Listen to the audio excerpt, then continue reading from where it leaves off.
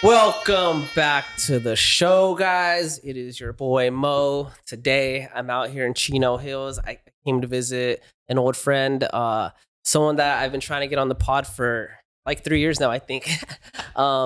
This guy's just, he's super known in the fight world. If you fought Muay Thai, if you pay attention to bare knuckle boxing, you know this man. He's made some pretty crazy waves. He's fought incredible athletes and stuff. Please welcome to the show, Vinny Familara. I forgot how to pronounce it already. It's all good, bro. It's Familari. Familari. Yeah. Familari, guys. That's Italian. Hey. I just found that out. Get about it. Yeah, my man, Vinny, dude. So Vinny, a little bit about him. He's been fighting for what seems like a lifetime. He started off his career in the Muay Thai world. He fought Muay Thai. He was at Kings MMA. We had Rusty on a couple episodes back. This was the guy he was speaking on. I think most people will remember him or have seen him from his bout against Anderson Silva's son. If you guys haven't seen it, go check it out. It was for Fighters Rep. He knocked out Anderson Silva's son in like a minute, dude. It's a good fight. Everyone counted you out. Yeah. Myself included, bro. Yeah. That's cool. That's good to know, bro. I mean, can you bring the mic a little closer? Just put it like, right there. No, right here, yeah. Yeah, right there. Is that cool? Yeah, as long as you're facing it, we're good. Yeah, I mean, some people counted me out. I was the underdog for sure, But man, I knew I was gonna smoke that dude, bro. Not to sound conceited or even keep going back on it, but like I was just like, we're just two different breeds, bro. Yeah. I kind of felt like, hey, that guy's like a little spoon fed, and everybody's like, catering to him, and of course, him being Anderson Silva's son, everybody's gonna want to, hey, can I train you? Oh, you're the greatest. You look just like your dad. Blah blah blah. In sparring, they probably don't want to hit him too hard.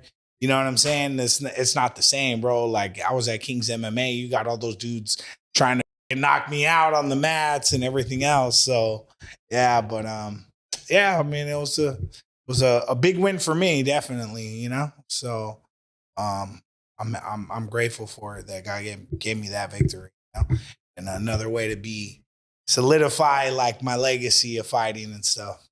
Yeah. How did that fight even come to be? Because I don't even think you ever fought for Fighters Rep. I think that was your one and only fight with them, right? Yeah, that was my debut for Fighters Rep. My last amateur fight.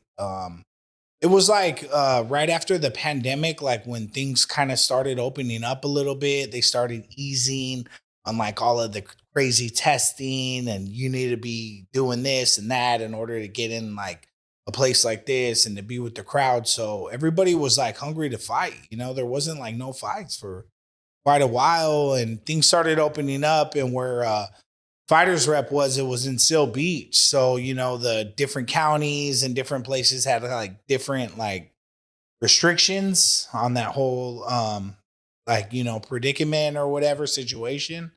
And they started saying that they were going to have an event. And I'm sure everybody during the pandemic gained a lot of weight, but I gained a lot of weight, and I was thinking, man, I'm never going to fight again, because I was ready to go pro like right before the pandemic cracked off.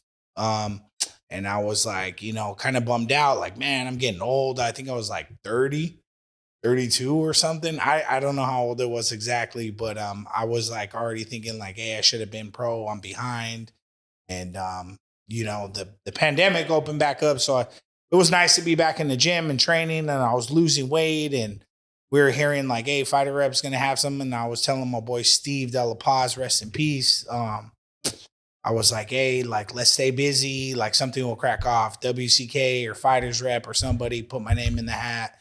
Let's get it. And we had heard that they were going to have an event. And I guess Fighters Rep President George reached out to my boy Steve at the time and told him like, hey, we're having an event like versus what do you think about taking a fight versus Anderson Silva's son, Gabriel Silva, who's the champ right now. And then my boy Steve had said like, yeah, he was like, what do you think? And I was like, yeah, we're game. Let's do it. I was like, but because this is one of my last fights, and I was chasing the IKF title at the time. Like I really had it in my head, like solidified that, if I have an IKF title, like that's like, more of a national title, or like, like a fight organization title.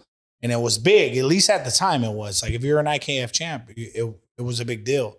So I was like chasing that title. I fought twice for an IKF title. And I came up short decision-wise. And I told my boy, I was like, well, tell him we'll fight Silva, but like put an IKF title on. He's already the fighters rep champ. So George made it happen. Damn, I didn't even know all that, bro. I thought it was for the fighters rep. Yeah. So it was for the fighters rep title and the West Coast IKF title at 159. Damn, so you got 2 belts that night? Yeah, it was 2. So politics right there, dog. Yeah. So, but we had said yes, and then George got back to us like, hey, they declined the fight. And I was like, well, they're probably smart. They've seen who I am and want to give him an easier fight. He was on like a 5-fight win streak and like smoking everybody. I think he was undefeated at that time. Yeah, he was. That's why I was like, damn, this dude's coming up. And I didn't really know much about you, so no offense. Nah, for sure. And he was smoking everybody, bro. He was like beating everybody up. Like he did look great. I mean, shout outs to him, bro. Like there's no disrespect there. Like I got respect for the dude, you know what I mean? But he was there, he was smoking everybody, and you want me to wait for this? Nah. No? You good? I don't care. Okay. We'll figure it out. You know? Yeah, he was. Don't disrespect my editing skills like that, bro. Nah, for sure. I just don't know no better, you know? That's a trash can. I don't know if you guys can hear that in mic. Yeah. Hopefully you won't know what I'm talking about. It's like super loud, so that's why I asked. But anyways, back to the story. Yeah, he was beating everybody and like laying on the ropes and shit. And the funny story to kind of correlate to it is the guy he fought before was from Kings MMA Anaheim. Yeah. And he beat him. And he started laying on the ropes and like everything else. So you wanted to get there. So I was like, you know what? Like, we'll take that smoke and I'm going to show him what Kings MMA is really about, you know? Yeah. No disrespect to the homie that fought him, but I was like, we'll avenge that. So we said yes. They declined, and then we were still training, and a couple weeks went by, and George hit my boy Steve back up like, hey, Silva's opponent dropped out, and do you guys want to take it? We're like, as long as it's for an IKF title, let's do it. And George was like, yeah. So that's how we got the matchup, and, I'm sure everybody was like, what was dope about that fight is that I had a lot of people and supporting me through the whole Muay Thai community. Like the whole Muay Thai community was like, yo, I seen you're paired up against Silva's son. Go get him, bro. Yeah. Like, you know what I mean? Like, and I'm talking like dudes from every different gym, like within SoCal and other stuff, they were like, go get it. Like, so it was dope because like when we got that win, bro, and I knocked that dude out, the whole place was just like electric, bro. Like everybody was on their feet and they went crazy. So it was tight because it was like a win for us, which was a big win, but it was like a win for like the real dogs in Muay Thai. Yeah. That were like, they were kind of hating on Boy because, they're like, maybe they felt a certain way that he's just, there because of his name and, he's fighting easy dudes or whatever, that people think. I'm not saying is exactly true, but people wanted to see the underdog, which was me, like get after it. So that was a dope fight. That's basically how we got it, bro. So, showed up 159, the fittest I've ever been. And, we fought, How was that camp leading up to that? That was honestly the best camp I ever had, bro. Because ever. I had a great sponsor. Now, this is why sponsors are so important, right? Because I had a sponsor that was backing me and allowing me the time that I needed to train. Because, dude, I'm a thick dude. I'm a thick, heavy set dude. I blow up. Mexican Italian. Yeah, a lot of carbs in that blood, bro. Yeah, Mexitalian food, bro. I get the best of both worlds, it just allowed me to train and really focus on just training. So I was training like the way that you should be training for a championship fight against, especially a dude like, Gabriel Silva, you know what I mean? The caliber of that, which, he's training 24/7. You know what I'm saying? It has all of the nutritionists. yeah, you know what I'm saying? All the coaches, sport therapists, yeah, all that, you know recovery dudes to pat him up, and you know, all I needed, I never forget, bro. I still got the text, bro. And my good friend Steve De La Paz, he died a couple months after that fight. You know, RIP. We'll get into that, but I texted him, bro. He was like, "You want it?" He was like, "Fighters rep said like 159." Gabriel Silva for the fighters rep title on IKF West Coast. And I was like, yeah, bro. I was like, but look, listen, I need you to really be there and be in my corner. Like, we need to train, bro, because this dude's training. And he was like, yeah, I got you. And then I told him, he goes, I need you to knock him out with like a left hook. And I was like, don't even trip. I still got the checks on that, bro. So that's pretty dope. But yeah, that's bro, when you got that knockout, the stadium erupted, bro. The crowd, it was crazy, dude. Were you there? No, I wasn't there. I seen the video though. Yeah, dude, but the video. Like, I have like video from the promotion where it blocks out, like, you know what I'm saying, like the crowd sound. Like, people looked angry, bro. There's like his team looked angry, bro. Like, people. Yeah, I mean, I'm sure it wasn't a good thing for him, you know, especially.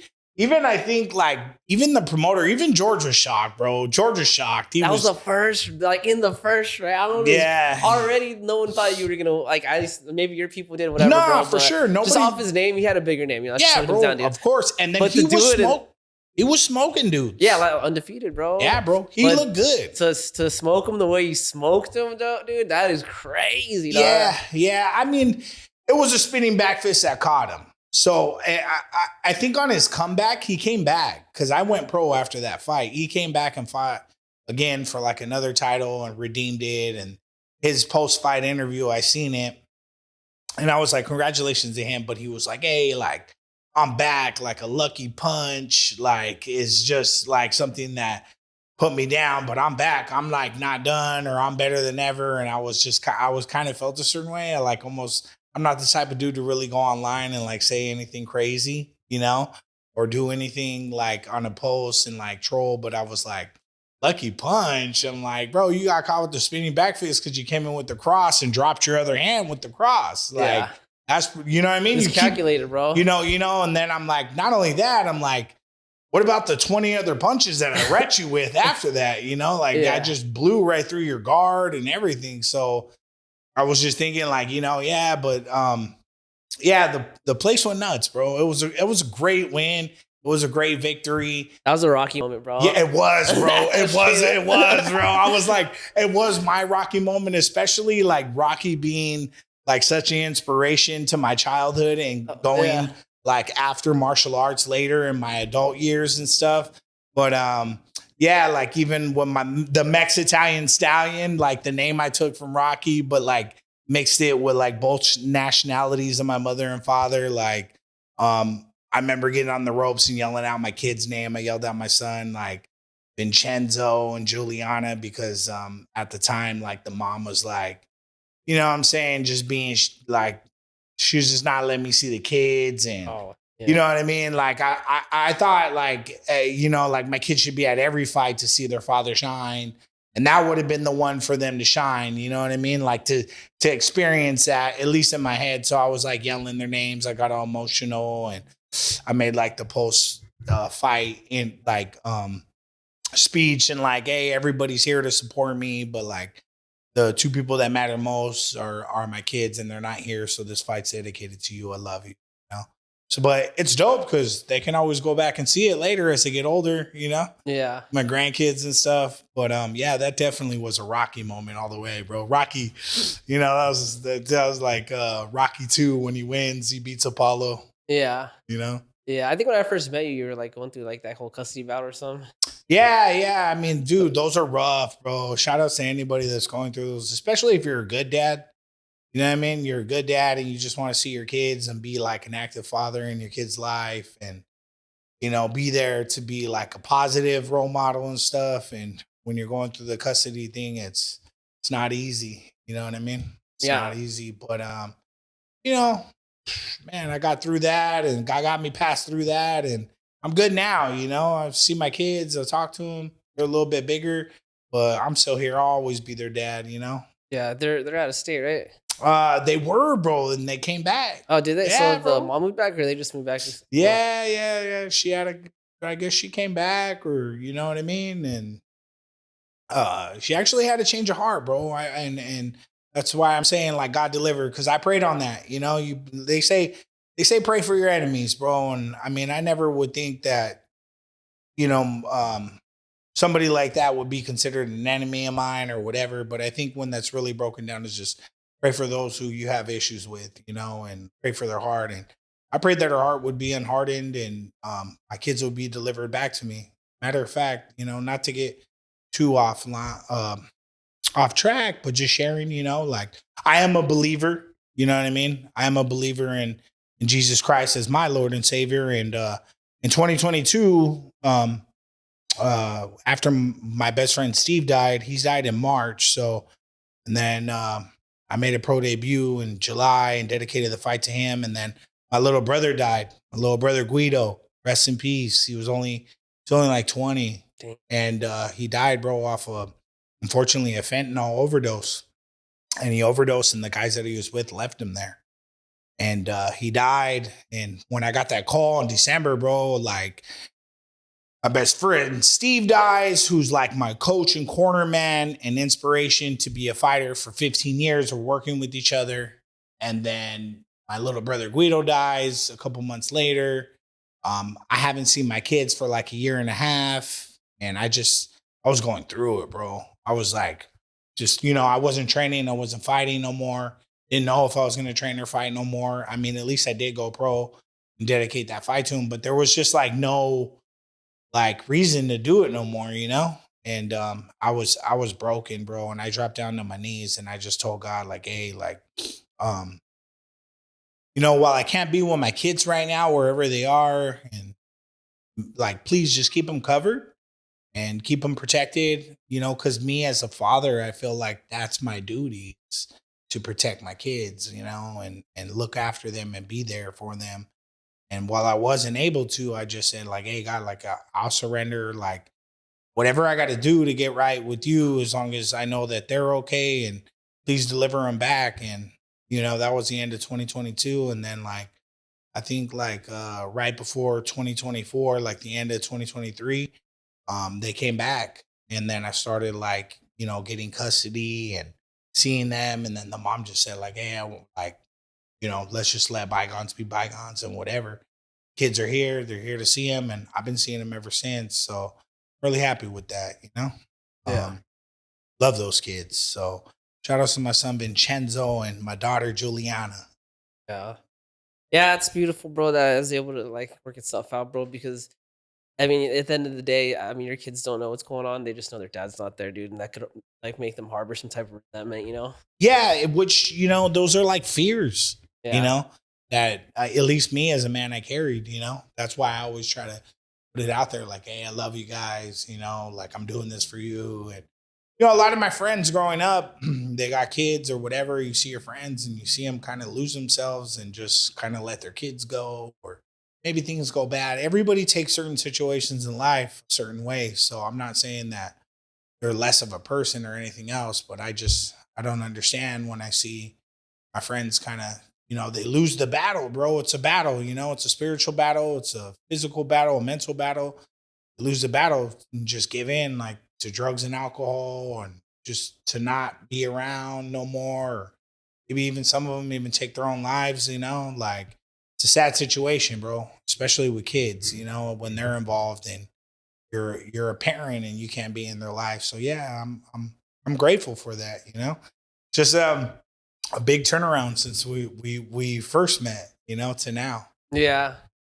Yeah, dude, I think that's like one of the hardest parts about being a father, you know, is uh you make all these decisions and you don't know how they're going to impact your children. You're just trying to do the best, but it's like at the end of the day, it might not be, you know, even be for anything, you know. Yeah, for sure. Sure. I used to like, dude, me and my dad, we have a bad relationship. We had a bad relationship, you know, but I actually just talked to Julio about this yesterday. He's about to be have his first son, you know. So we got all sentimental, bro. You know, he should be doing soon, you know. But yeah, we were talking about just stuff, you know, and one of the things I thought about was how me and my dad, we did not get along before, right? He was like in and out of my life. And I used to like really resent him for it, bro. I pretty much hated him. But as I got older, I became more mature and I started communicating with him more, It's like I came to the conclusion that it's like he did the best he could with what he could, And he was going through his own shit with the divorce and bills and life, you know what I mean? And it's like I'm not I don't know what makes a bad father, right? But I know that a lot of the times a father doesn't want to be a bad father. Hey, bro, that's a big realization. You know what I mean? Especially coming from a son. Yeah. And the time apart from the kids and other stuff, I feel like it's impacted a little bit, like here and there, the relationship. But then I don't know what kids, like, you know what I mean? I did the best that I can, and I continuously will as a father. And I'm here if they ever need me, even as they grow older, because kids don't stop being your kids once they hit 18. Yeah. My son, he's 19. My daughter, your son's 19? Yeah, bro. Dude, yeah, crazy. I know, bro. She's my daughter Juliana, she's 10, and my son Vincenzo's 19. So, it's not like I'm gonna stop being their dad, like just because they hit a certain age. But my other daughter, Genesis, she's just turned 2, you know what I mean? My other son, Ezra, he's 12. So, either way, I'm their father as long as I'm here, But yeah, like you said, sometimes the dads, bro, like divorce is hard. You know what I mean? Being separated is hard. It's like especially when that's your identity. You know what I mean? Yeah, or a big part of it. Yeah. Like being a family man and, like I said, a protector, a provider, and then that's just like no more. It's like, dang, bro, that's the thing to deal with. So, I get that. That's cool that you realize that, bro. How old were you when you realized that? I was like in my late 20s, bro. Maybe early 30s, probably late 20s. Dope. Yeah. Dope. You know what? Actually, you know what helped a lot, bro, was Muay Thai, bro, and just being around like Frankie, and just being around more positive, like seeing more better fathers, Yeah. And it just made me really like kind of think about things. Actually, and one of the big things that made me see that people are capable of changing was Julio. I told him that I texted him the other day too, because I don't know if you remember Julio back in the day. He was kind of like more of a stern, kind of like a little hard to be around, But over the years, he's really changed, bro. He's become like, it's like a 360, bro. I don't know if it was the kids or like what, bro. But he's really blessed, bro. Yeah. I watched him because I knew him, like, we know each other through training, the Muay Thai scene, and like, online, like, yeah, bro, I watched him like have his first child, I believe his daughter, and then recently I think he got married, right? Yeah, I got married last year. And then now he's having another baby. Son, yep. Yeah, it grows on you, bro. It changes you. It changes who you are. Your identity becomes a different person. Softer. Yeah, he's changed a lot, bro. And just seeing the change in him, I was like, you know what? Maybe I should like try to like repair the relationship with my dad. Like, if I could see, I could see Julio making the change in his life, and I was like, I should accept that my dad isn't the same person he was like 10 years ago, because he really isn't, bro. He's changed a lot, bro. You know what I mean? Yeah, I mean, people are always changing no matter what age like you're at in life, right? At least that's the goal. We're always maturing, right? It's not like it ends. Yeah. You know what I'm saying? Yeah. Some people mature at 50, Yeah, for sure. That's dope. Hey, if you guys are seeing this, you know what I mean? Call your dad, bro. Call your dad, bro. Call your dad. Saying, or father figure. Yeah. So, but back to the fighting though, bro. My bad, not to cut you off. Nah, it's all good. I can't. I can only be sentimental for a small amount of time, it's bro. all, it's all good. We're just talking about feelings here, dog. We're just chopping it up, bro. Right? Yeah, we're Muay Thai fighters. We don't got feelings, dude. I was like literally just talking to this chick the other day. She's like, "You need to be more softer." She's just talking about how like I never cry or anything, and I was like, "Dude, you don't want to fucking be with the dude that's crying all the time." You know what I'm saying? Like chicks say they want that, but they don't want that, bro. You know what I mean? I cry as I drive to work. Who's gonna figure it out, bro? Yeah. Yeah, I mean, we both cry, and who's gonna figure it out? Yeah, nah. Everybody has their own way to release whatever they need to. Yeah. Have your kids seen you fight? Yeah. My kids have been to some of my fights, even my early fights. I've only been knocked out once in the ring, and unfortunately, my kid was there. But he's seen it, and I remember waking up. When you get knocked out, wake up, and you're just like, "What happened?" Yeah, we're going and fighting, or you know what I mean? Like, so I remember like kind of like being in a fog. If you feel like real kind of like lightheaded, almost like when you first wake up and you're groggy. Yeah. You need to get that coffee, and it takes like 2 hours to wake up or whatever. So I remember seeing my son. He must have been he might have been like 5 or 7, bro. Gonna be no older than 8. Son Damn, now. we saw you got knocked out. Yeah, bro. We saw me got knocked out in front of everybody, bro. And then I guess it was like one of those knockouts. They said it was scary because I was laying down for 5 minutes. Yeah. But I think it wasn't that long. I think it might have felt like that. But they also you're awake, but they're like, you need to just lay here. You know what I mean? But I remember seeing them and then just being losing. And I'm just like, hey, we're not going to stop. You know what I mean? And then I came back. I won 3 fights. I think 5 fights after that. I won some titles and stuff. And then I had another fight at USKO in Riverside for an IKF title. And I fought some dude that stepped in last minute too. And the dude was just he was big, bro, and he was ready. His whole team was training. They had 4 dudes on the card. I think he just fought at USMTO. I didn't even know who he was.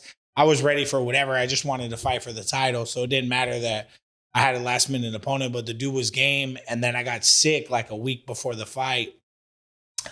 And I was higher in weight than I would like to be. So I still went and cut the weight. And I was just drained. So I remember we did day before weigh-ins. We were in the back. And I remember before we walked out, never forget, bro. I looked at my boy Steve and my cousin Jerry. And I was like, hey, throw an ice pack right here on my side, on my kidneys, because I don't feel good. They were I remember they told me after the fight, I was going to pull you out of the fight right there because you never said no weird like that. And you didn't look good, you know? But we went and fought. I had my son actually walk out with the title and hold it up because I had the USKO title. And then we were fighting for the IKF. So it was dope to make him a part of it. He was probably 12 at that time. And then I lost a 5-round decision. And I remember seeing my son cry and I told him, it's no happens, you know, come to win 5 more fights after that and go pro and do all this stuff. But yeah, I fought in front of my kids before, so they've seen me, or at least my son, you know. So I hope he grows to appreciate it, and you know what I'm saying, finds inspiration in it when he's ready.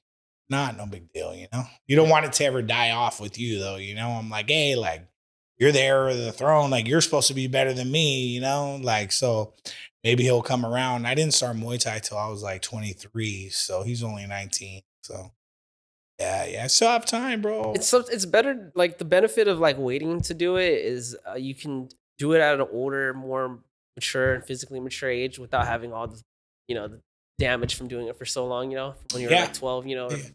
No, I think there is a benefit. I think the benefit of going 12, because I watched a guy train from 11 to right now. He just made his pro debut at what is it? Lights Out Promotion.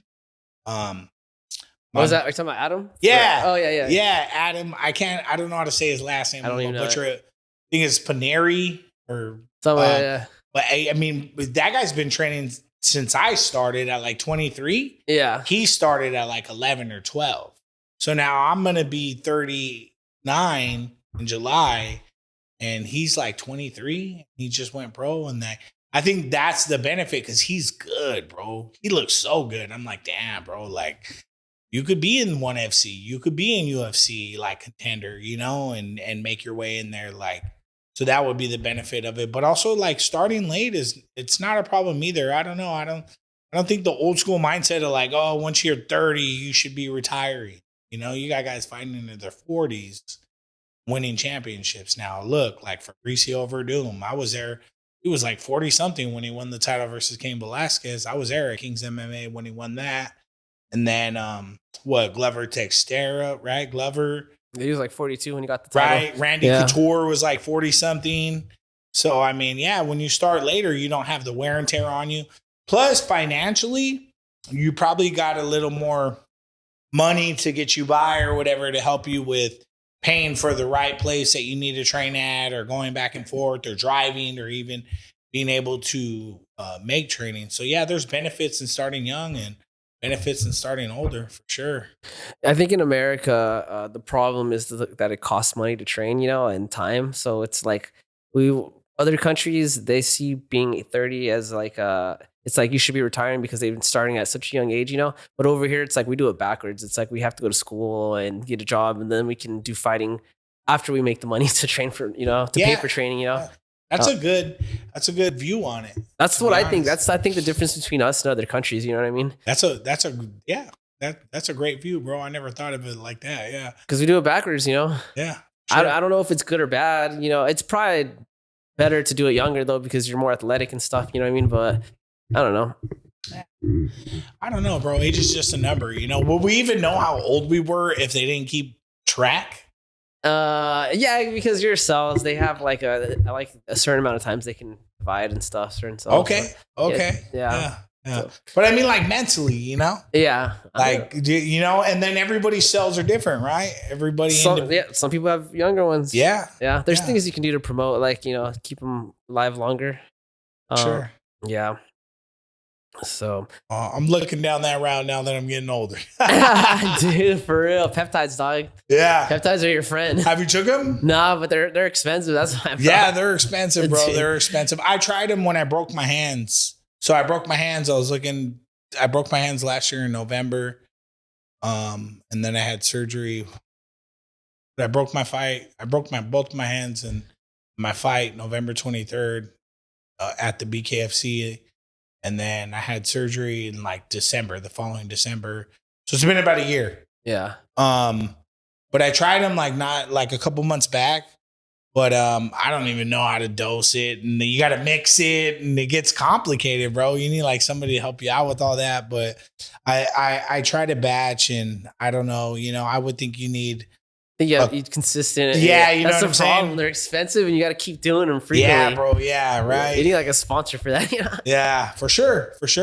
Oh, you guys are seeing this. Any peptide companies want to sponsor me? Let's go. We need a sponsor. We need a peptide sponsor. So tell me about BkFC, bro. How did you get linked up with them? So I was in Mexico. At Tulum Muay Thai with Eddie Farrell and Brooke Farrell and a gang of people that, live the Muay Thai dog life, And I went out there in 2023 and let's see, I fought for WCK February and March. I think I fought for WCK in May. And then I fought for them in San Diego. And then I crossed the border the next day to TJ. Because we're from California, we can cross over with our California IDs. Back then you could, not anymore. I don't think you can anymore, right? They just changed it. You need a passport now, yeah. So, yeah. Or I think maybe with the real ID you might be able to, but. Yeah. So I crossed over. We got the plane from TJ to Cancun, and then we busted into Tulum, and then, we were there for 6 months. And then we had my daughter Genesis out there. And we had to come back because we had an issue with the whole insurance covering it through work and being off for what is it, the leave time when your wife is I forget what it's called, paternity leave. Yeah. So we were bro, we were maxed out right there. And we had to fly back. So luckily we stormed the capital basically there or whatever in Mexico. In New Mexico and got an emergency passport and came back because we were down to our last dime. And it was January and 2024, right? Yeah, 2024. And BkFC just announced that they were coming to Los Angeles for tryouts. And I was I'm back, I was I need a fight. So maybe I can get a fight with these guys, So I went and tried out. I tried out at Brick House Boxing in Hollywood, or North Hollywood.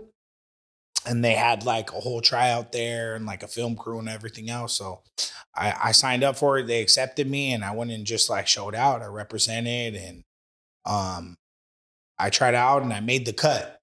They had 70 something plus people show up.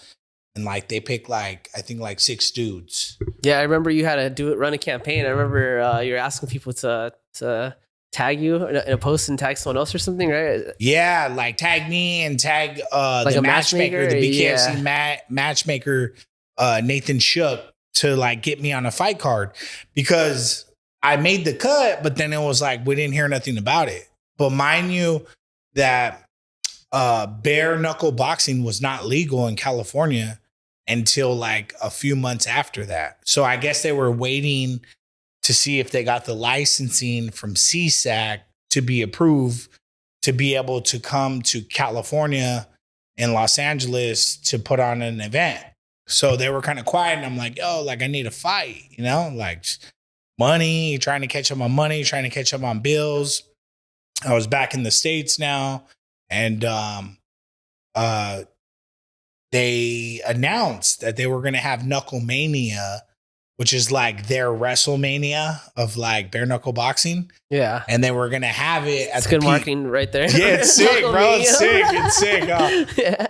So they were like, we're going to have Knuckle Mania in Los Angeles at the Peacock Theater, which is like right across the street from Staples. And then I was like, yo, like let's tag the promoter. And I was like, we need to be on this card. It's only right. I made the tryouts. Now they're having a card. It's like a big card. Like it's only right. So yeah, the promoter seen all the people. Shout out to all the people on my Instagram that went and tagged the BkFC matchmaker, Nathan Shook, and me myself, so that I could be seen and get the opportunity of making noise, right? This is why support matters, to be on that card. So I was actually on the first ever legal bare knuckle boxing card for California in April of 2024. And it was Knuckle Mania, which is like the biggest card of the year that BkFC throws, because it's like, you know, like I said, the WrestleMania of bare knuckle boxing. So yeah, I got paired against a solid opponent, bro. I think it's Fernando Gonzalez. He was a Bellator veteran, like a 20-year plus veteran of MMA, and like a 50 fight veteran of MMA. And then he was on like a 8 fight like win streak. He fought dudes like Carl Parisian, Lorenz Larkin, Venom Page, like. And I didn't even know. So they were like, yeah, you're going to fight this guy. And I'm like, I don't even know who this guy is, you know, but like. Where do I sign? Yeah, you know, like, well, I need a shot, you know, I need a check, and you need to get paid, and I need to make a debut. So we went and fought on that card, bro. I shared the card with, had the privilege of sharing with like Ben Rothwell, which is like an MMA legend, like heavyweight. It was dope. And Todd Duffy and Lorenzo Hunt, who in my opinion right now is like the BkFC GOAT, you know, and bare knuckle GOAT. Like the dude is just, he's the best, the juggernaut. And Mike Perry, Thiago Alves. So damn, Alves fought on that card too? Yeah, Alves fought Mike Perry on that card. Oh, yeah, that was that card. Yeah. It was a big card. Yeah. So like finally, I'm like, damn, like I'm getting my big break, you know. So that was like what, in Anaheim or something, right? Wasn't it? It was in Los Angeles. Oh, it was in Los Angeles. Yeah, it was in Los Angeles at the Peacock Theater. So it was a big deal, bro. They had like a lot of, you know, some local cats, you know what I mean? And I fought a 5-round fight versus that you know, my opponent, and I won unanimously. And I showed that I could handle a fight like that, you know? And I was coming from Muay Thai, you know what I mean? I never fought MMA or boxing. I only fought Muay Thai, kickboxing, and then out in Tulum, Mexico for Rumble in the Jungle, Mexico, Eddie Farrell's promotion, I had recently fought Card Check, where they wrap the ropes around your hands. Oh, but it's Muay Thai though, right? Isn't it? Yeah, it's Muay Thai, but with the ropes around their hands, which is supposed to be like, before like Muay Thai was a sport, they fought with the ropes, you know, which is pretty crazy. Yeah, 'cause that shit cuts you up, bro. Yeah, bro. Yeah. That was an experience, bro. That was dope. Would you ever do that again? Yeah. I would love, I mean, honestly, being here in the States right now and trying to catch up on like bills and having a family and all that stuff now, you know, I would like to go before I get too old, before I retire. I would like to go to Thailand and fight Karchik, or even go back to Mexico and fight it as well. But like, I was supposed to fight twice in Mexico at Rumble in the Jungle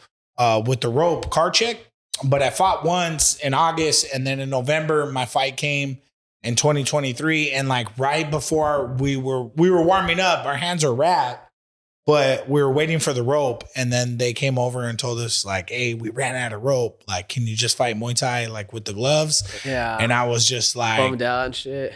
Yeah. And then I was just tired, bro. Like, we just had my wife, Elisa, she just had the baby Genesis like maybe a week or two before that. So we were tired, bro. Like, my wife was tired, you know what I'm saying? And we were waiting all night, and then I just wanted to fight. You know, like, you know how it is. Get like, over with. you train for a fight, Yeah. you're training for like a month and a half or a couple weeks, and then you cut the weight, and then, you know, you go to weigh-ins, you try to rehydrate, you're tired, you can't sleep, you know what I mean? And then you go to fight, and then you're just waiting, and you're like more in the later fights, and you're just like, damn, I just want to fight and go home, you know? Yeah. So when they hit me up, like, yeah, it was like a little disheartening, like, oh damn, I want to fight Karchik, but I was like, yeah, I just want to fight, bro, and then whatever makes the show continue, you know? Yeah. So yeah, I fought Muay Thai right there. Company man. Yeah, exactly. You're a company man. Yeah. So but yeah, I would like to fight Karchik again, bro. I'd like to do it. I know that they have a big promotion in Thailand that they do it in, so I would like to compete in that. You know what I mean? So coming off of that to bare knuckle, I was like, oh, well, we just fought Karchik. That was something new. Like, why not fight bare knuckle? This is an opportunity, and I'm okay. You know, I'm more like a guy that likes to throw hands anyways, you know? So my hands are pretty strong, like, as far as like for my fighting style. So I thought I could do okay with it. So yeah, we went in there and we won, bro. We won five round unanimous decision. First ever legalized bare knuckle boxing card in California. I did pretty well. You know what I mean? How was it fighting for that promotion? Do they treat their fighters good? Yeah. I mean, they're giving everybody an opportunity, you know? I think they're still new out here this way. So they're trying to figure out, you know, of course it's a promotion. They're like, you know, who has a following, who can sell tickets, who's game to fight. A lot of people, they don't want to fight bare knuckle.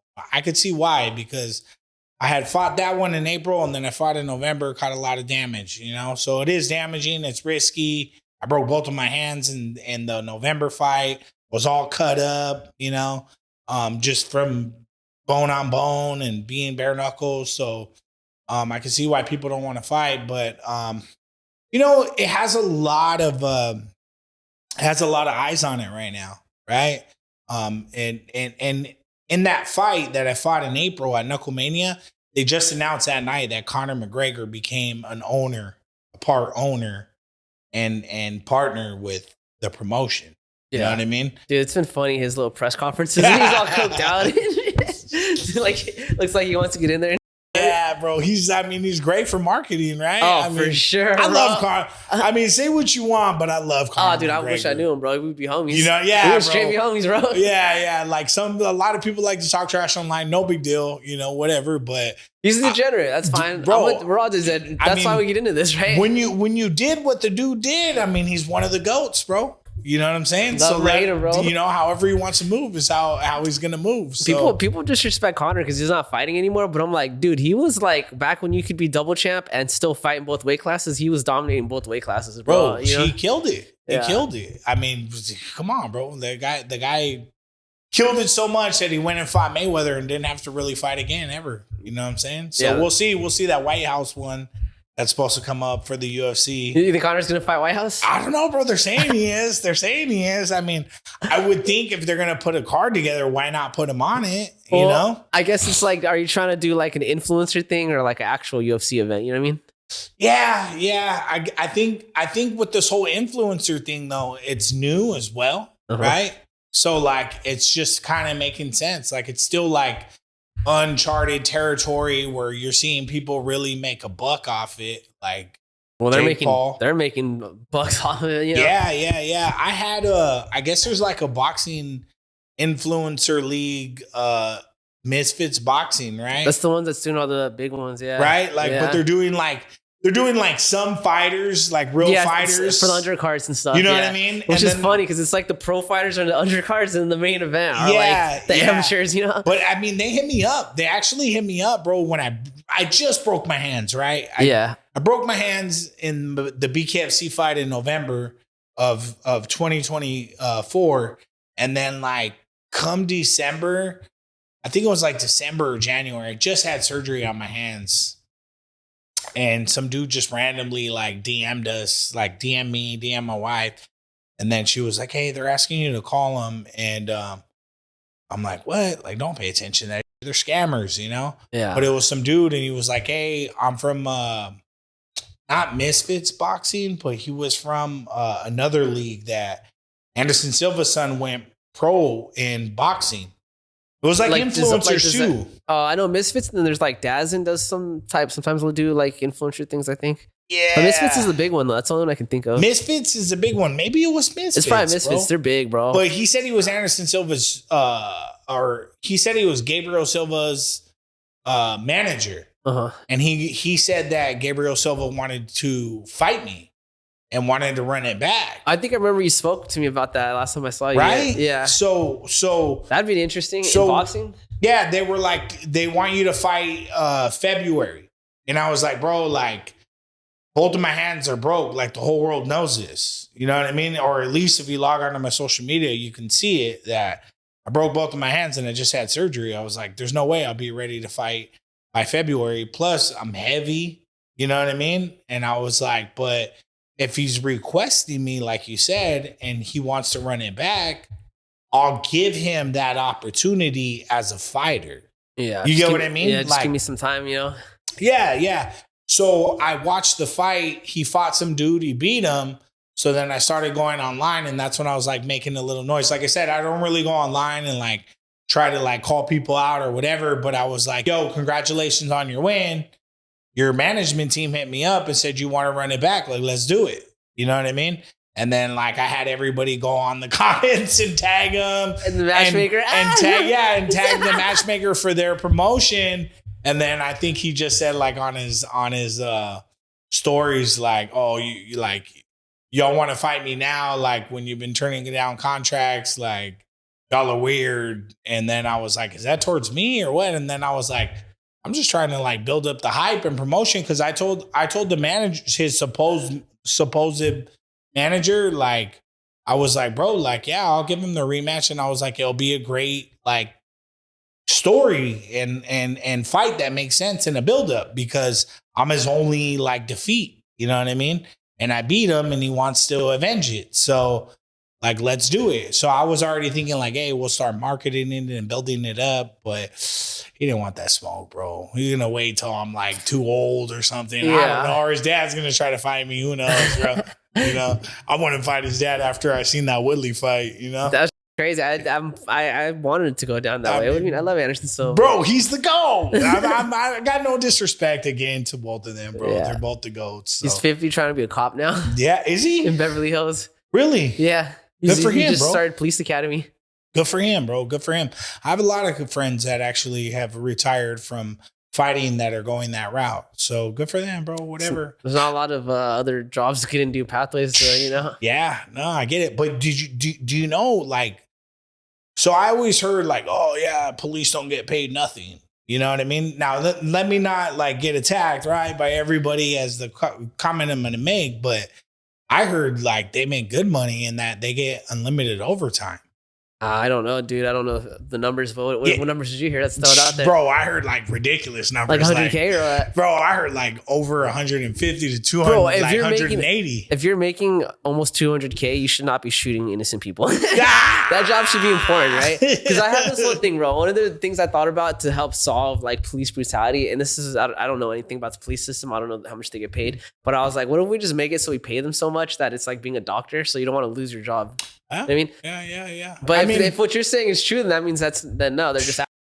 I mean, who knows, bro? It's a dangerous job. It's you know, it's a It's not easy. You know what I'm saying? And I'm not like. I'm not against cops, by the way. Yeah, I'm not to defund the police. We need police, bro. For sure. We need police. I mean, I'm just saying, like, hey, like, I'm like to the money part, like, you know, there's a lot of jobs because I'm getting ready, like, eventually to retire in the next couple years, you know, and I'm just like, I'm hitting 40, and I'm like, dang, you know, I got this family, and I started all over again, and like, I'm gonna be done with fighting, and I'm like, I'm not gonna open a gym and be personal training and teaching lessons anymore, like, because it just, honestly, bro, it's so hard. Like, shout out to all the fighters that are doing that, but it's just hard. It's hard to like, make money, bro. It's hard to make money.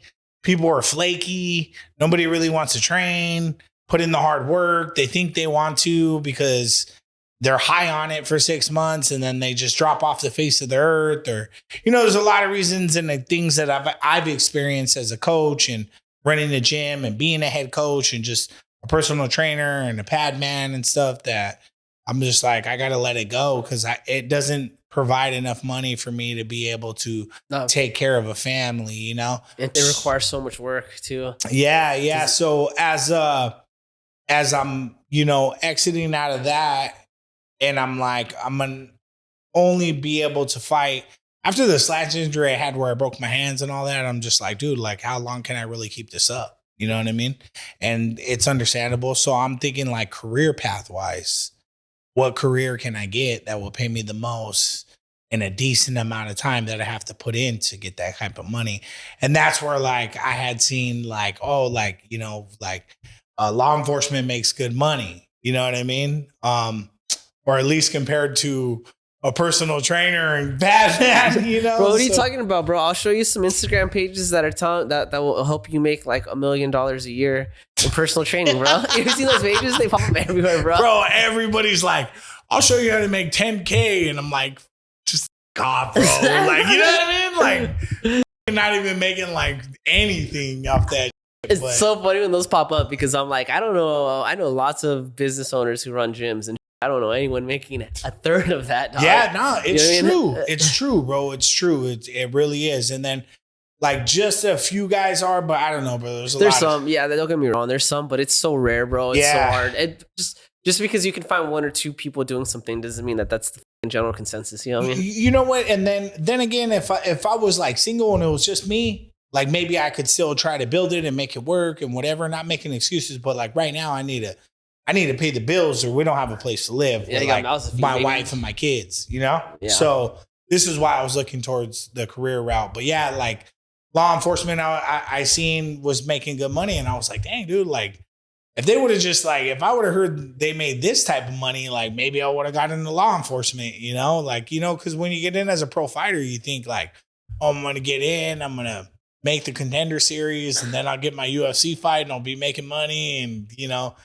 that's your mindset, or at least a lot of guys' mindset that try to go for it. At least that was mine when I tried, but didn't work out like that, you know? So gotta have a plan B.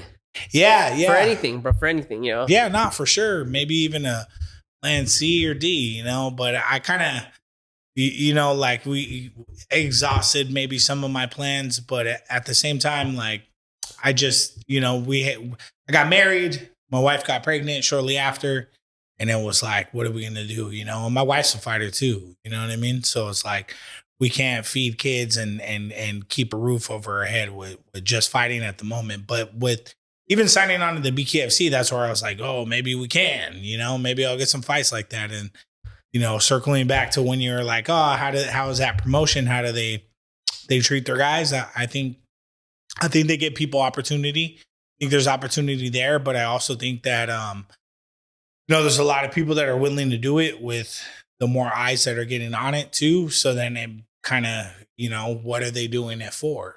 You know what I mean? Are they doing it for 2K, 3K? You know what I mean? It's like, they probably are. You get what I'm saying? Are, bro. You so know like, and that's always the sucky part about fighting, because you're always fighting for like a low check this fight to think like, hey, I'm fighting this fight for the next fight, so I can get paid more. So there's no guarantee. There's never no guarantee, right? So I mean, it was cool. It was cool. I liked it. You know, there was promotion, right? There's the production, and you know, like the opportunity to be able to move with the promotion, like it is there. Like I had 2 fights with them. Then I got injured on the second fight, right? So I haven't fought again. But like even with the dudes that I fought like the first and second card with, like they've went on and had like probably 6 fights by now. You know? I don't know what they're making, but they're staying active and they're gaining a crowd and a following and being present in the organization that's like they say is the fastest growing thing since the UFC when it came up, you know? Yeah. So we'll see, you know? Maybe try getting into that slap competition. I don't know if I can handle that, bro. Sometimes I see that. Their faces, in their faces, bro. And then just like, you know, I try not to get hit. You know what I mean? Yeah. In fights, I can't just stand there and let you hit me. You know I don't what know if we as a society should be like encouraging those type of promotions. You know what I mean? Yeah. Nothing against it, but it's just like you're just allowing yourself to get brain damage, bro. Bro, I would just think your eardrum. I had my eardrum pop. My son, when he was like probably 5, he got real giddy and like thought it was funny to like, you know, kids, they come and like jump on your stomach out of nowhere when they see you laying down. Yeah. And then he got like the ansias for me and he slapped me in my ear and busted my eardrum. So, you know, like I just think about like, geez, like if I got that from a 5-year-old, imagine one of those grown ass men that are just whack, slapping. I'm like, those guys' eardrums got to be trash, you know, plus the nerves in their face and stuff. But yeah, there's other organizations that I would like to try as you know, I try to make as I get ready to make a comeback again off the injuries that I had. So there's some out there, bro. Some out there. I'm definitely open and eyeing it, but I'll go back to BkFC or bare knuckle boxing, you know, but definitely with the damage that I took in my last fight and, you know, the risks, like you do got to get paid, you know. I definitely won't be fighting no bare knuckle for $2K or $5K again. You know what I'm saying? Yeah, so, just to be out for another year, you know? Yeah, be out another year. But, you know, I mean, geez, bro, the damage, the surgeries I broke my hands in November and I had surgery in December. So they had to put 3 screws in, 1 in my right hand, 2 in my left. Then I had to get 1 screw out, like following up in like May because the bone healed, but the screw was like coming out of my hand, not allowing me to close my hand. Then I had to get that out, which threw more time on the recovery, right? Yeah. And then now, next week on Tuesday in December, on the 30th, I got to get the screw out of this hand because I feel like it's jamming this knuckle and messing me up. So the bone's healed. So the doctor said he's going to take it out for me. But after that, I'll be, you know, making a comeback for sure. And, you know, people ask me like, oh, after your injuries, are you going to go like back to bare knuckle boxing or BkFC? And I'm like, well, yeah, I don't want to go out the way I went out and be like, yeah, that shit retired me. You know what I mean? But the money has to make sense. The opponent, just everything, you know? Yeah. Maybe even where I'm at in life, like with me chasing like, you know, a career and stuff. So we'll see. But I do want to fight and avenge at least one more, you know, like, hey, like it took me out, but I came back and did my thing and now I'm on to new things or I'm on to the next fight. We'll see, you know, whatever God has in store. Yeah. Maybe hopefully that they bring another BkFC to California and you can be on that. Yeah. Well, I mean, they usually come like once or like twice a year. So I'm sure when they come again, like they just recently came and they offered me a fight. And I just told them like, hey, I can't take it. Like I still have screws in my hand. My hands aren't good. Plus like my weight's super high. It's ridiculous. So it's the thickest I've ever seen you, bro. I was like, damn, bro. It's all those Somalis, bro. Bro, you look like you were the one that got pregnant. No offense, dog. I'm big. But you know what though? What's crazy is I've always been like this big. That's your normal weight? Bro, like I'm just big like this. Like before I started training, I was this big, like back in 2013. Then I remember I tried to take my first fight. I fought like my first 3 smokers. I was like 220, then like 200, and like 210 and 205, and I was fighting dudes that were like 6'4" and lean. Yeah, and you're like 5'10" maybe? Or yeah, bro, I'm like 5'9". 5'9", yeah. If on a good day. You know what I mean? With my Nikes on, bro. Yeah. So I fought dudes that were like 6'2", and they're just long and lean, you know? And like, I'm tough. Yeah, I could throw an overhand, but dudes are just picking me apart with like big knees or weighing down on me or whatever. So I remember when I started going to Kings MMA, after my first 3 smokers that I trained for in the garage, you know, I was like asking like, hey, I want to fight MMA at 180. And Rafael Cordeiro, Master Cordeiro was like, no way, you can't fight 180. You got to fight. He was like, you're a 155er.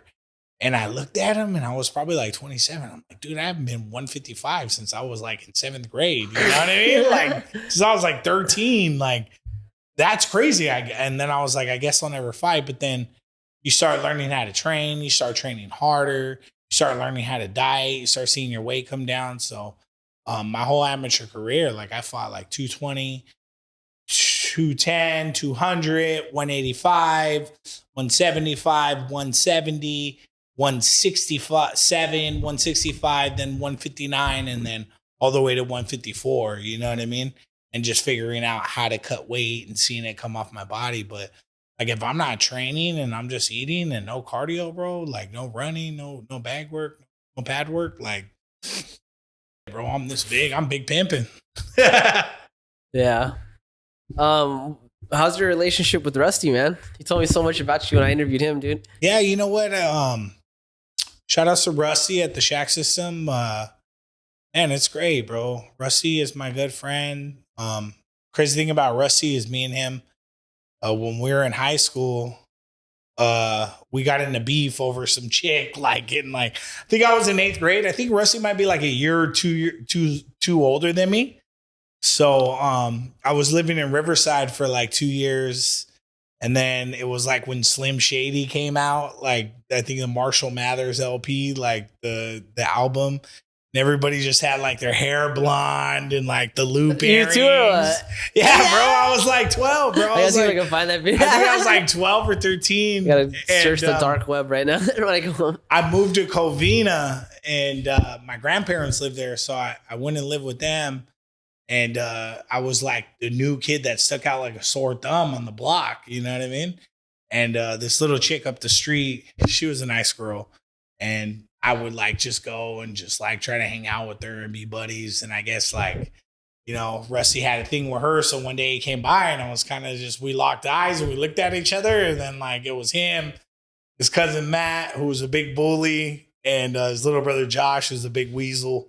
And they looked at me and they were like, what the hell's that looking at? And they said that. And I was like by myself and I'm like, what? You fools don't want none, you know? And then it just so happened that started hanging out with some other kids that like had, you know, you got different groups and they had problems with him. And one day we ran into each other. We got in a big old rumble and me and Rusty, we fought in the middle of the street on Lark Ellen right there. And then we had like, you know, when you fight somebody, you kind of have like, it's over. The beef is squashed. You kind of have like a mutual like respect for each other, you know?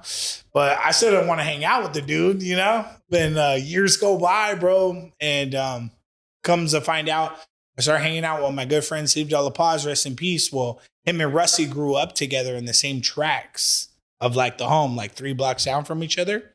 So when, you know, we got in that beef, like I'm like 13, 14. Then like we're like 23 and Facebook comes out. People are adding each other and being friends. And, you know, Rusty's real name is Philip. So he adds me and says Rusty Shackelford. And I'm like, who the hell's Rusty Shackelford, you know? And Steve's like, yeah, we're going to take Phil with us to Kings. And I'm like, who? And he's like, Philip Jesse. That's who Rusty is. And I'm like, oh, hell no. Fuck that guy, bro. I don't want to take that guy. Like, what do you mean? And I'm like, how do you even know that guy? You hung out with that guy? That guy's a like, you know? And come to find out, Rusty said the same shit about me, you know, when he told Steve, like, hey, you're hanging out with that weird. We got into it a long time ago. He was like, that guy's a Like, so we were like frenemies, bro. And Steve was like our mutual friend who was going to Kings MMA before all of us, who was like, yo, I'm going to Kings MMA now. This is a legit gym. Let's go. Like, let's all carpool and go. Yeah. So that's how we started like kind of becoming friends. And then Steve would like not be available to train. And then it just so happened that Rusty was able to train. And then, you know, I would like need like training partners or somebody to train with or pad work, and Rusty would come through. You know, I post on Facebook like, yo, who wants to train? And he would comment and be like, whatever. I guess this guy's all right. And then we just started training, bro. Became real good friends. And then I finally took my first sanctioned fight at IFS. And Rusty was helping me train. And he was in my corner. He was my corner man. And it just so happened that like Rusty had his own fights through another gym like called Total Mayhem that was in La Puente. At the time, it was like the only MMA gym, Muay Thai gym in the area. Because this is like probably like 2010, 2012. Like there wasn't I don't even think the UFC gyms were like a franchise yet. Because I feel like once the UFC gyms became franchise, there was more like the martial arts on every corner or one in every city. You know, before that, they weren't really in every city. Like I couldn't go somewhere and train Muay Thai as much, you know, like I think in San Gabriel Valley in the SGV, the only like really Muay Thai gym was Sityodtong, but it was like all the way in Pasadena at the time, you know, which was like a stretch for me because I didn't really have a car or job. I wasn't doing too well at that time. You know, I think my license was suspended and my car got impounded and just I was on, you know what I mean, on an unemployment, going to school and trying to figure it out. But, you know, so Steve was the ticket to go to King. So I was like, all right, I'll ride with you guys. And then Rusty was helping me train. And I was like, my goal was to fight at IFS. It was like the only legit promotion at the time that like really had like championship belts, that was putting on Muay Thai, kickboxing and MMA and boxing. And I was like, yo, like if we're I fought 3 smokers and I was like, you know, I'm pretty good at this. Like, I think I can do well, but like, I was like, I really got to get my weight down. And then I really like need a team in a legit gym. So that's when we started going to Kings. We go to Kings twice a week, drive from Covina to Huntington Beach, and we could only make it twice a week. You know what I mean? Because we had jobs, we already had kids, we had family. It's like what I said earlier. You know what I mean? Yeah. But everything that we got inspired and learned, like the formula at the time, our coach was Tyler Wumbles, who's the coach of Classic Fight Team. Still very successful. Shout outs to Coach Ty. Yeah. We love and respect him. That dude's been putting on some fighters the last few years, bro. His whole stable was crazy, bro. Yeah. And he was teaching at Kings. So he was like our first coach. We would go, and then like everything we learned there, the sparring we got there, we would go back to Covina and train on our own. You know what I mean? And pat each other up and do dust drills. And that's how we got up to like 5 times a week. And then IFS started putting on more events, and I reached out to Sean, Master Sean, and I was like, hey, how can I get on? And he was like, you got to sell, you know, X amount of tickets. And I was like, how do I fight for the belt? And he was like, you need 5 wins plus 5 more fights and winning and no headgear and blah, blah, blah. And I was like, cool. So that was my goal. Yeah. So then I was like telling Rusty and Steve, like, yo, this is how we get in. Like, so Rusty was training. He was going to fight, bro. And I don't know if he shared this or not, but he got a bad work injury. Yeah, he did. Yeah, he was a plumber. I think he was a plumber. And something happened on the job site and he blew his disc out in his back, bro. And he was super depressed, which is understandable. He couldn't train. And I told him, like, hey, like, I know you can't hold pads no more, but why don't you just come and be my corner man and be my manager? And I asked him to be my manager, bro. And ever since then, like, he's just been managing fighters and cornering fighters. And then eventually, like, years later, his back got a little better, and He trains now. He I trains. smarted him, bro. No, and his thing's clenching. Yeah, bro. Yeah, and with the bad back. Yeah, bro. I mean, but at that time it was bad, bro. Like I didn't even want to ask him to hold pads. Yeah, and mind you, he was helping me to hold pads. So terrible. Yeah, he did bring that up how it destroyed him, but he didn't want to let you down. Yeah, bro. He did say that though. I remember in the podcast. Yeah. So. I just told him like be my true friendship right there, fellas. For sure, bro. It's crazy. We were frenemies. Full circle. Yeah. And then he just started going with me to every fight, bro, like in my corner, and we would train.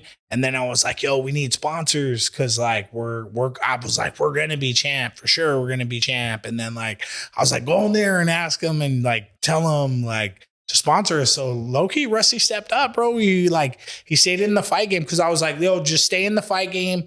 Eventually you'll get better. Just be my manager. And then you can coach, you can corner. And then whatever happens, like as you know, time unravels itself and doors open, like you'll be where you'll be. Now the dude has a championship stable of fighters. You know what I mean? Killers, bro. Dude, his gym is in the spot right now, bro. All kinds of championships that he won, all kinds of different promotions that he's win and fought at, all kinds of connections. I mean, it's just amazing what he's done. But yeah, that's how we became friends, bro. And then, you know what's crazy is we had like a little fallout. We had a fallout. I forget. It's like a second fallout? Yeah, second fallout. Like, well, the first one, we weren't friends, you know, but we had a fallout like, I think we were just like hating on each other or something, you know, just like, like, I forget, bro. We were just like, I think it was like, we weren't really training like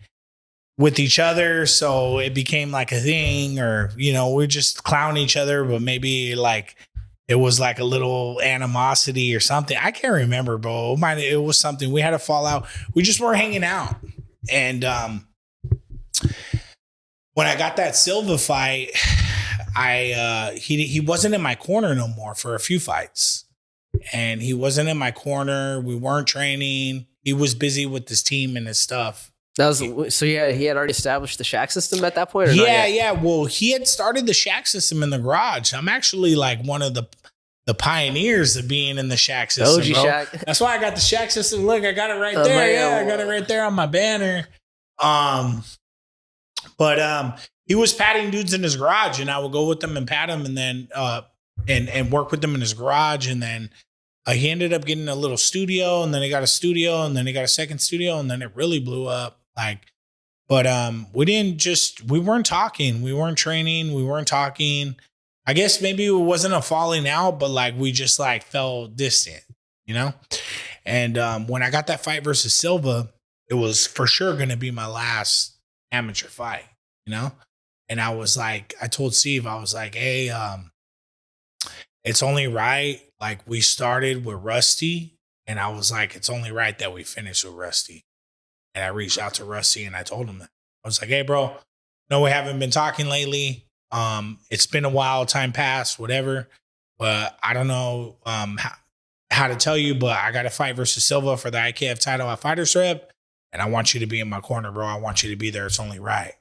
And he came. He came, bro. He came. And did you guys train together for this fight, or he just showed up just for the actual fight? We might have trained like once or twice, but honestly, Rusty got really busy with his team, bro. Yeah, he got really busy with his team, and then me, I'm probably like 85% like self-trained. I run on my own. I hit the bag on my own. Like, I only need somebody to really hold pads and run drills for me. At that time, I had my boy Steve De La Paz, who was my main pad man and corner man and coach, you know? So, like, I wasn't even going to Kings no more because it was too far. You know what I'm saying? Like, I would just pop in, like, maybe a couple times to pay respects and, you know, just check in with, like, Master Rafael Cordeiro and be like, hey, you know, I got this going on and I'm still representing the banner. And, like, you know, I want to make sure I get your blessing, and you know, you bless me, but just life got busy. I was far away and I couldn't make it. And Rusty would try to train with them, but the dude got busy with his team, but I just wanted him to be there. You know what I mean? So he came, bro. He came to weigh-ins, came to the fight. He cornered. We knocked Silva out. He jumped in the ring. I jumped on him. He fell down. It looked so funny. You know what I mean? Yeah. And I felt bad because I was like, fuck, I hope I didn't fuck his back up. You know what I mean? That's why I was like, yo, like. Yeah. But he came back, and then after that, bro, after that fight, I turned pro, and he's been in my corner since. So I think I got like five pro fights right now, and he's been in my corner, you know? So we rekindled, and he helps me, like, because Steve died, you know? Our friend Steve De La Paz, he passed away, so he was my main pad man and corner man. And then, you know, like, to kind of carry on that, like, part of us all starting together, I started working with Rusty again. So Rusty is like holding pads and helping me out when he can. You know what I mean? Yeah. Well, I don't want to get in the way of his fighters and his team either, but he's there for me. He cornered all my pro fights. He's been there. Yeah. So, you know, yeah, that's my dog. That's my dog. That's my brother right there. And I'm very happy for him and very grateful for him, and just proud of like him and what he's done with his gym and all his fighters and everything else. Shout outs to Rusty. Dude, I got so much love for Rusty. I want to somehow try to, like, maybe start a GoFundMe or something to help him get this van. Did you tell you a story with this van? Yeah, nah. Yeah. He's always doing something, bro. He's like, I want to get a motorhome, or I want to get a van. I think he said he wanted to get like a Sprinter van. Yeah, he wants to get a van so he could pick up kids that their parents can't drop them off to class, you know? Yeah. So that way they at least have a ride there, you know? Yeah. I think that's cool because there's like, we moved our gym recently this year to downtown Santa Ana. It's on 4th and Main now, you know? And we lost some of our members because it's just the parents can't take them there, you know? It's a little far. It's not that far, but they just don't want to do it, right? But so I understand where he's coming from. It's like for some of these kids, it's like the problem is just being able to have access to the gym, you know? Yeah, well, I mean, yeah, Santa Ana's pretty big. Yeah, it is pretty big. Santa Ana's pretty big. Like, I know you're like, oh, it's 4th and Main, but depending where it is, it could be like 25 minutes. Yeah, it really is. It is. You know what I mean? It's in the middle of downtown Santa Ana. Nah, bro, that is like, yeah. You know, it's 4 miles, but yeah, the time. Yeah, one-way streets, all the that. streets get busy. Yeah, like, you know, everybody's getting off work, getting out of school. But like Rusty, he really has a heart for the youth, bro. Like his whole story about like, you know, training out of like a YMCA or whatever it was. And he wants to help the youth, and he put together like a kids team, Iconic Youth, partnered up with like some other people, like I believe it's Matt from Cannabis, and what is it? The guy with what are the gloves, bro? The Mexican gloves. It's one of the guys that sells the gloves. I went blank right now. I bought a pair to support the brand. It's like Skull Hands or something. I've never heard of that brand. Skull Hands? Man. I forget, bro. Right now I forget, but it's like a Mexico-made like boxing glove. Yeah. Like they're stationed out there. I know like Decha or something, or Deca. I know No, not that one. But anyways, I think they partnered up or something like that. I might be wrong, so I don't want them to get offense if I said something wrong. But anyways, he started that Iconic Youth team to take a lot of kids out to compete, bro. The thing that's impressive with him is like, I've been coaching and training people for years, like, but I stopped. I had put like somebody who wanted to fight, you know, everybody comes to your gym like, I want to fight. And then you're a fighter, and then you're a coach, and you have plugins with these promotions. So you're like, all right, cool. Like, let's get you ready and you can fight. Or I put somebody in one time and it backfired on me. They lost the fight and then cried that I didn't train them right and all this stuff, bro. So after that, I was like, yo, I'm never training anybody again. Like, that just left a bad taste in my mouth to be responsible for other people. Yeah. You know what I mean? Especially because that kid's never going to go anywhere, bro. They never Not did. Even just in fighting, just in anything. You can't take accountability. Like, come on, bro. They never did, bro. Yeah. They never did, you know, but that's on them, whatever. But yeah, so me, I don't like to really like back anybody up or like take any accountability for anybody and like hold them accountable even or expect anything out of anybody except really the one that I have been doing that for is my wife. Yeah. You know, that's different though. Yeah. But I help her because I seen it in her that she had it even before we started dating or became anything. Like, I was like, you have it. I seen it. And I was like, and if you want the help, I'll help you. but she already had a gym and a coach, and I don't ever take credit that I'm her coach or that I'm her crew or anything, you know.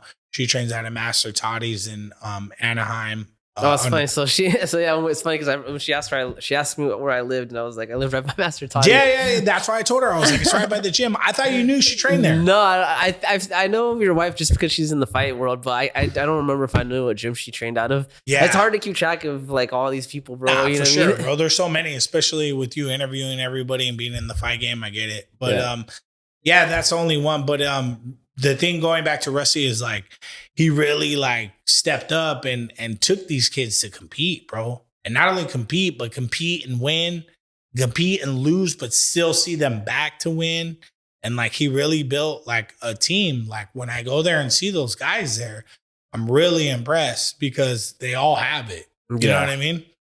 So that's really cool that he did that. So I could see him wanting to get the Sprinter van, and I'm sure we'll get it, bro. Or we'll do that GoFundMe. I want him to get that van, man. That's a cool goal. But yeah, dude, his gym, like that's the talk of the town right now, bro. A lot of people go over there, and a lot of people they'll tell me they go there, but they don't want their like coaches to know and stuff. You know what I mean? Yeah.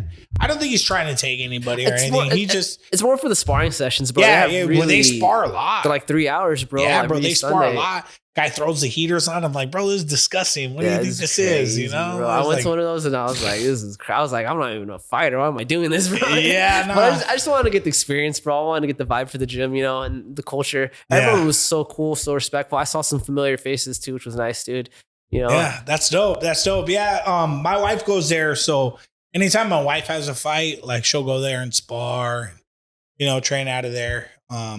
So, you know, I'm always there to support him any way I can too. It's just life's busy. Otherwise I'd be there too. Like if I could, I would be at a gym, but I can't really do it, bro. And I just come to find that it works best for me to just train on my own. And like, if somebody could pad me twice a week and I can get that sharpening skills, that's enough. Like I've made it really far doing that. You know what I mean? Just like, very rocky. Yeah, you know what I'm saying? Yeah. Yeah. So that's kind of impressive that you came this far off of that, you know? Yeah. Well, in my earlier like years, I was at Kings MMA. Like Master Rafael Cordeiro, he's Brazilian. So he's from like Curitiba, Brazil, which, you know, for a lot of people that don't know, Master Rafael Cordeiro is the main coach, one of the head striking coaches for Shooter Box back in the early 90s and 2000s, which Shooter Box camp in Brazil, they were killing it. It's like legendary guys from Pride Fighting Championships and even UFC and IVC, which is the Valetudo, like Shogun Hua, the Vanderlei Silva, Anderson Silva, Ninja Hua, Pele, like all like big, like Brazilian killers, you know?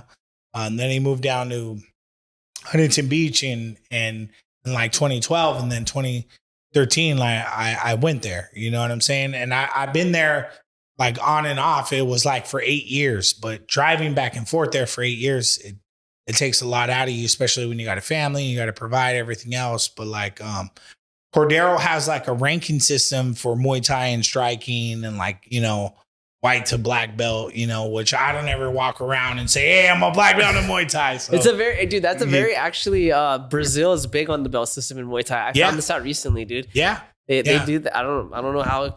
I think, you know what? I think it's because in Latin America, like Taekwondo and karate, they were super popular at one point, bro. Exactly. So when I think when Muay Thai came around, it's like in order for people to convert it to the Muay Thai schools, I think the Muay Thai schools had to do the belt system because people were so accustomed to it. It's kind of like they'd be like, it's not a real martial art. Yeah. There's no belts, you know? Yeah. Which is funny, right? Because it's like for everyone else, it was like the opposite. Everyone just was like, we're going to do Muay Thai. This is real fighting. For sure. So I had got my black belt from Rafael Cordeiro and Muay Thai on Kings MMA, at least back in like 2018.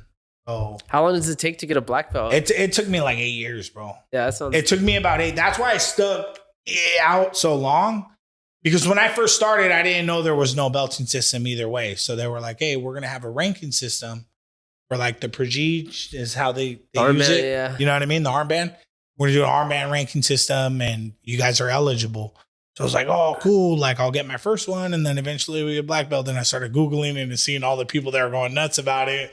Like, that's not, that's this and that, or McDojo. But I was like, yo, like, it doesn't matter to me because ranking under Rafael Cordeiro, as legendary as a coach he is, and as legit as he is, it does speak some type of credit. You know what I mean? It speaks credit, and I take pride in it, but I don't ever walk around and it's weird, right? That. But the surprise, full circle though, Muay Thai as like an association, because you know how they just got into the Olympics and they're trying to make it more of a global sport. Yeah, they are talking about doing a belt system now. Because, the WBC, I believe, is doing that. Yeah, so you might have just been ahead of the curve, bro. Yeah, I mean, you have to get it through them, like the ties, and actually do all that stuff. And people sell certificates, so I get why the real fighters and the people like aren't a fan of it.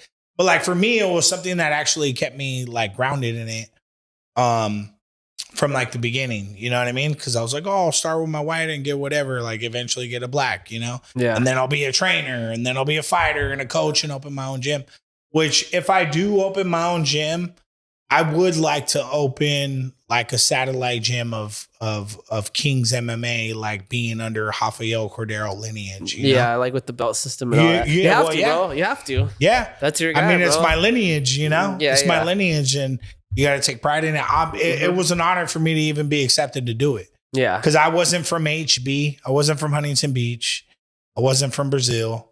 And at that time, you had all the guys going from all around the world flying in there to train there under him, and he accepted me to train there. You know what I mean?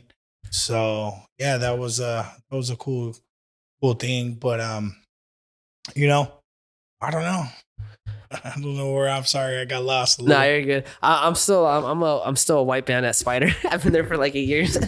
Yeah. Oh, do they have I think he does the armband thing, but he's just not super into it. But Pope Joy was the one that was doing it before, and Pope Joy's his master, right? Yeah, well, they all come from Azure and Chai, like that lineage, Arjan Chai. Yeah, so that was like his thing that he started. And Arjan Chai was from North Hollywood, right? Wasn't he from MTA or something? He started MTK or no, Muay Thai America. Yeah, MTA. Yeah. Muay Thai America. Yeah. Arjan Chai. Dude. There's a lot of lineage and history behind that even started Muay Thai here in California. He was the pioneer to. So like right here, there's two sides of the coin, right? To the whole ranking system and the whole certificates. Like obviously here in Muay Thai, it's a weird foreign concept, right? But the history behind it, at least here in America, was when Ajahn Chai came down, it's like there was no Muay Thai schools or anything, right? So the Thai government, they gave him like this mission to bring Muay Thai to America. And so that's why he had to come up with that whole certificate system. So that way you knew, like, if you went to this school that had this certificate, like you were training good Muay Thai, whether he was doing it, Master Toddy was doing it too. That just was the thing back then, right? Yeah. Because that's how you distinguish from like going to like a Joe Schmo that just puts Muay Thai in front of his karate dojo, Mm-hmm. Now, obviously, like with how far it's evolved, it's like a weird concept for us to be like, oh, like certificates and all that. But there was a time where you really need to fact check people. There was no internet, Well, I mean, bro, if you just look into it, like, and you see that somebody is ranked from the Arjan Chai, right? Then you know it's legit. Just like if somebody really looks into it, right? Like, oh, he's under Rafael Cordeiro, like that's legit. You know what I'm saying? It's not just like a little McDojo on a corner that they paid, X amount of dollars and got certified for an hour or whatever. So it makes sense. At least it makes sense. It makes sense to me, but I get that a lot of people in the Muay Thai community and authentic Muay Thai guys and the Muay Thai dogs, they're like, no, get it out of here. Yeah. But it's where this isn't Thailand, bro. It's different. It's America. And you needed something to anchor the sport together, to anchor it down in the like early 90s and later 80s. But yeah, so that whole armband system came from his camp. I don't know if that's how they do it in Thailand and stuff, but it was like their like belt system was the armband thing. But Frankie, he like doesn't even really care about it that much. Like he respects it and he'll do it because it's part of his lineage. But like to get a white band, it's like you have to do a lot, Yeah, I mean, it took me 8 years, bro, and I was getting hammered in the gym. Like Kings MMA had a reputation, like when you go there, dudes are getting knocked out on the mat. And I'm not saying that that's the way to spar. Still does. Bro. You know what I mean? Still does, bro. What do you mean, Dad? Bro, like, I'll tell you, bro, I'll be honest. Like, the sparring matches there that I've had, like, fights on the mat were harder than a majority of my fights that I had to fight inside of the ring. Yeah. And especially as an amateur, like, when I was going in and fighting dudes like in the amateur bracket or whatever, like I was like, these dudes aren't hitting me as hard as the guys at the gym. Like, I had like Giga Chikadze, like trying to kill you. Yeah, throwing the Giga kick on me. And like, dude, like ran and jumped over my head on the cage and just like clowned me and like accidentally knocked me out with like a flurry of like, straight shots because he's like top ranking glory at the time. You know what I mean? Then you got Rafael dos Anjos and Kelvin Gaslam. And at that time it was hot, bro. Like everybody was going there. I was there for a minute and it was like a really big level up for me. You know what I mean? That gym was legendary. Yeah, bro. yeah. So like for me, I was there during the timeline that I needed to be there to get tested and forged in the fire and like really see like, hey, I'm training on the mat next to Lyoto Machida. You know what I mean? I'm running the same drills he's running and I'm going harder. Shout out to Nolan Tickman, who's like one of the head striking coaches at Kings MMA in Anaheim. Bad Filipino dude. He was in the UFC and Benilde Rouge. You know what I'm saying? I'm with all these guys, Babalu Sabral, like Shogun would fly in every now and then. And I'm just like here and I'm like, it's just little old Vinny. But I'm with all these dudes in the UFC and Bellator and everywhere else running the same drills. And I'm sparring, like I'm getting the work that I need, And I got it for X amount of years until it just became tired, bro. And I just couldn't make it no more. It was because of money. Couldn't make the gas money. Couldn't make the wear and tear on the car. For many years when I first started training there, I wouldn't even take jobs that would get in the way between the time of training, which all the pros trained in the morning. So in order for me to make it from beginner class to advanced class, then to pro class and be invited to pro class was like a big like honor and like work for me. It took me like 3 years. Yeah. You know what I mean? And then I was in there for like, 2.5. And then eventually like, I got like 6 years in, 2 years like come and go. And then like, I got Rafael was like, you're ready. You know what I'm saying? I'm gonna bless you. So he blessed me with my black belt and all that. But yeah, it took like 8 years, bro. It wasn't easy. You know what I'm saying? And it was dedication, and every fight I had to go in and represent. And he was like, you represent us well. But not only that, they make great fighters, but they make really good coaches. Like I got really good teaching skills from there. Like I said, Tyler Wambos was one of my coach. He's a great coach, great instructor, great knows how to train beginners to pros. You know what I mean? I got a lot of guys that I learned from on how to teach there as well. And he made a lot of solid, like other dudes that are black belts that teach and coach and fight. And it was a great place to be while I was there. But eventually, like how you said, like me training on my own, like I just had to train on my own. You know what I mean? I got from there. I got everything I needed at the time I needed it. The sparring, the drilling, the just being able to be in the same room next to like a high level athlete, like how I was on the mat, like next to all the pros and just scanning them, bro, like scanning how they train, scanning how they kick, just watching, you know what I mean? Like scanning, just soaking it up, scanning the intensity. Exactly. I got the chills saying it, soaking it up, bro. You know what I mean? Because I was soaking it up. You know what I'm saying? Like, nah, this is how you have to go. And then me just making it into my own. And what motivates you, right? Seeing these people, what they can accomplish, you're like, damn, I could do that too. Like I'm in the same gym, I'm learning the same techniques and look what they can do. Like this is the potential. You spoke about Gigolo, he's opening up his own gym. Yeah, it's in Costa Mesa. I'm not sure if it's already open. We should check it out one day, bro. Giga really? Yeah, I want to go. I love Giga Chickadays, but I think he needs to retire. And hopefully this new gym is like his outlet to just do that because I just saw his last fight and he got knocked out pretty bad. Did he? Spinning backhand. Damn. He looked good up until that point, but he busted his shin open in like the first round off checking a kick. I just think his body is just like, Maybe, bro, he's getting up there. I mean, he's getting up there in age. I mean, he's had like 80 fights already, professional fights, bro. Bro, he was fighting like, so he came from like Holland. He came from like Mike's gym. Yeah, which is already crazy. Just to train at that gym is like, So he had like the top of the top training. Yeah. You know what I mean? He came from that training there. And was fighting like kickboxing, Muay Thai. And then he came to Kings MMA. I was there when he came.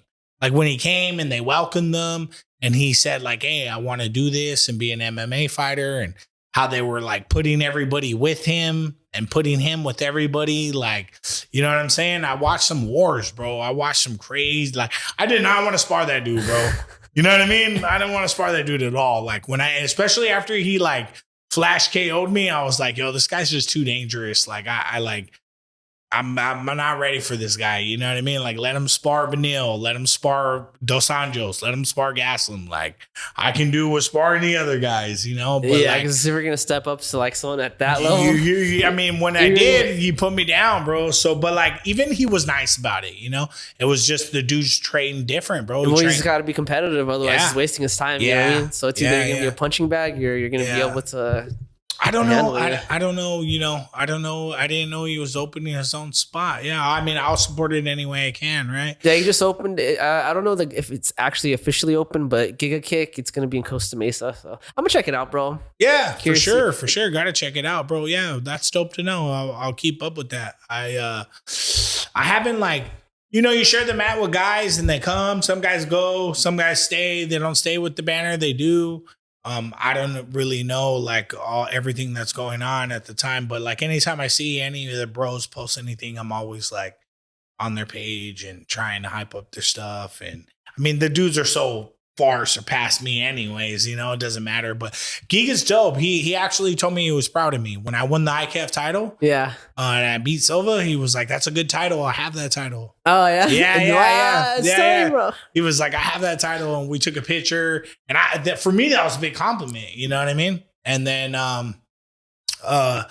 I started doing like bare knuckle, like, and they seen I was doing bare knuckle, like, you know, they were like, hey, like, that's pretty badass, you know?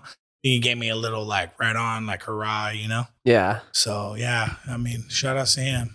Yep. Shout out. Vinny, anything else you want to tell the people? Man, no, I just want to say thank you for the interview.